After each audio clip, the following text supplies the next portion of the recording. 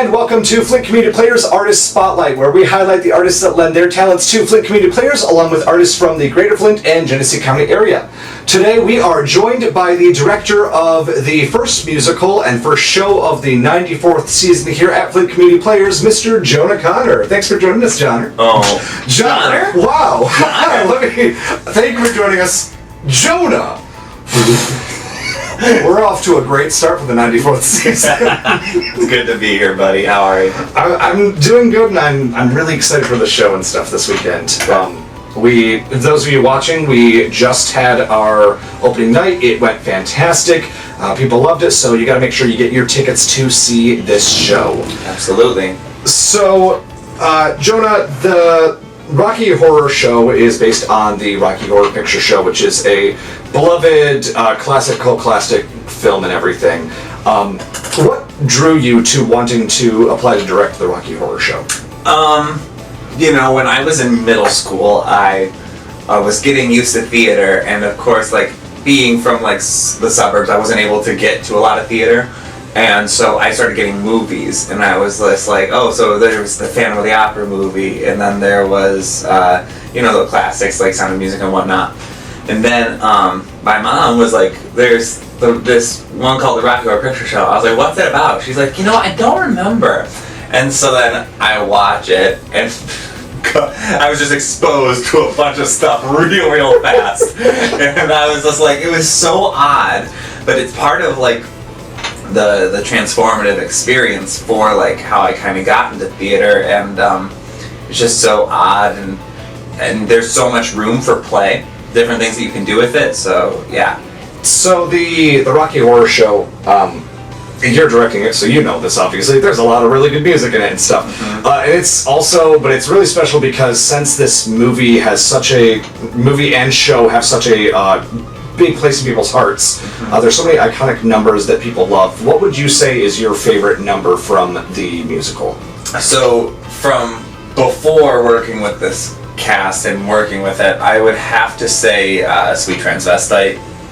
Here's just something when Tim Curry did it, and there's something that's just so empowering, and you just feel like a badass no matter who you are, and singing it, and you can kick down walls with it. But actually after working on it with you, I think that Brad's song "Once in a While" is just it's a lot of the song that a lot of people don't like, and but we've made it funny, and it works in our own way. So that's, I guess, now my new favorite. Blush. So this is also, this is not your first rodeo in the directing chair. You've had quite a few shows and stuff that you've done before this and everything. What do you think that you like most about directing? It is a collaborative process. It really is, in that you get to recognize and ask for ideas and bring your own ideas to it, that it just helps to really, it's an art form. The whole theater is as an art form, and as an actor you're only responsible for one small bit of the piece, but as a director I felt like I was able to recognize good ideas, throw out other ideas outside of just being an actor, and so being able to have more of that input I really like, and also being able to learn more about people and get new ideas and new things that I would have never considered had there not been that collaborative process. And it's the different people that you've met and everything is really cool, and it was cool that there's so many people that came out to auditions and stuff because they'd either been in shows with you or had seen shows you directed, so that was a really cool thing to be able to see firsthand. Yeah, it was nice because it was only one show here that I got to direct, and it was complimentary, and I felt really nice that the people who had worked with me were willing to come back and work with me again, and I think that's, especially at a community theater level, we're here to make a great show, and everyone should have a good time when they do it. So speaking of directing and stuff like that, aside from this show, what would you say was probably your favorite show that you've directed in the past? I directed a play called Completeness. That was it was a very difficult challenge. The subject matter was very it was about like love, but it was also dealing with math and science and all this kind of thing. And so to translate that and for an audience to enjoy, that was one of my favorites. Along with being a director, you also have a lot of experience as an actor. And we have a lot of, a good mixture here at Flint Community Players of directors who just do directing, but also directors who dabble in acting and stuff. So as a director who has a background in acting, how would you say that being an actor helps you as a director? I think when I direct, I go from a character perspective. I think that it's fun because as a director, when you're an actor, you just have to focus on the one part, right? In the director mode, I try to go, okay, so if I'm Janet in this moment, what would I be reacting to, or what fun choice could I make? And so then I can bring up that choice to the actor and say, like, what about like doing this? And then they try. It might not work for all actors, right? Everyone's different, but having been an actor and being encouraged to make choices with your character, I'm constantly trying to think of choices. So I think that's really influenced my directing. Something that's really cool as somebody who's in the Rocky Horror Show, I can totally attest to this. This work atmosphere has been so fun. It's been a very positive atmosphere and a positive experience, and a lot of the actors have talked about how that really reflects on stage with how much fun they're having and stuff. What advice would you give for people who are interested in directing? What advice would you give for creating a positive working environment? It's a balance of work and play, I would say, because it is called a play after all, as one educator told me before, that if you treat the person as a person and not just as an actor, and not just as a tool, right? These are humans coming into this process and wanting to do things and express themselves.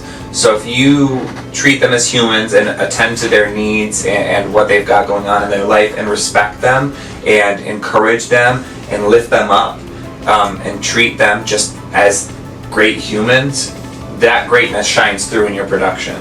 So that's how I would say, is just treat them as humans first and then get into your directing.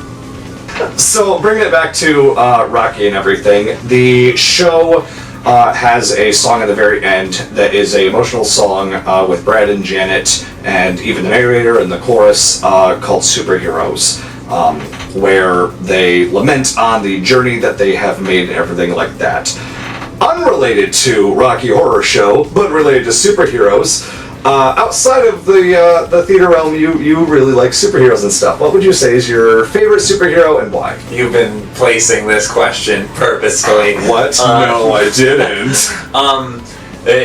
Batman. I mean, my wallet's Batman. I've got a whole bookshelf just dedicated to graphic novels of Batman. Just everything in my life revolved around Batman for a time.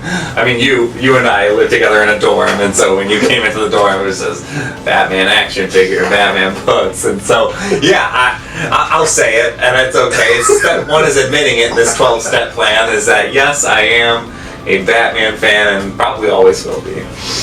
So what is it that about Batman and his stories and stuff resonates with you? And this is where people are like, he's not really a superhero because he's just a guy, but that's the whole thing, is that he's a guy, and the resiliency, the willingness to, there's a musical called Man of La Mancha, it's called like To Dream the Impossible Dream, and that the whole thing is like, you're fighting impossible odds, and that no matter what, like, it will never happen, but you try anyways, and that's what I think Batman does, is that Gotham will never be safe. Gotham will never be pure and absolute, but he tries, and he just continues to try, and in my career path, I want to try and do the same thing. I can't change the whole world, there'll always be sadness and whatnot, but if I can do something small, that's what I hope to do. So we are just about at time for the interview, sadly, because we have to get into show mode and get ready for it. So last question for this. The Rocky Horror Show, we have so many tickets already sold, and if you want to see the show, you need to act fast because those tickets are selling really fast.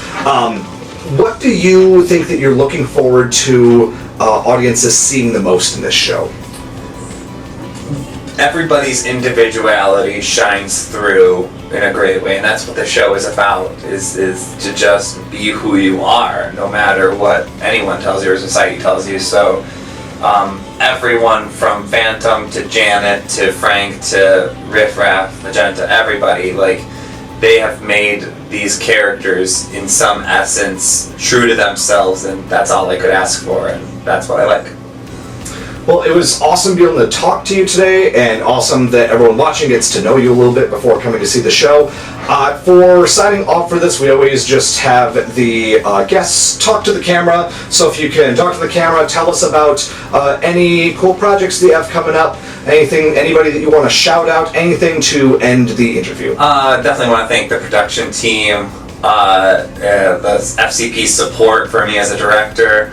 Everyone, the cast, it's truly been a great experience. I couldn't have asked for a better one. Upcoming, I'm in grad school, so hope getting done in May, and cross your fingers, keep on pushing through. Well, thank you so much, Jonah, for stopping by and everything. And a reminder to everyone at home, make sure that you get your tickets for the Rocky Horror Show from September 15th through September 25th. You can call the box office at 810-441-9302, or you can visit the website at www.flintcommunityplayers.com.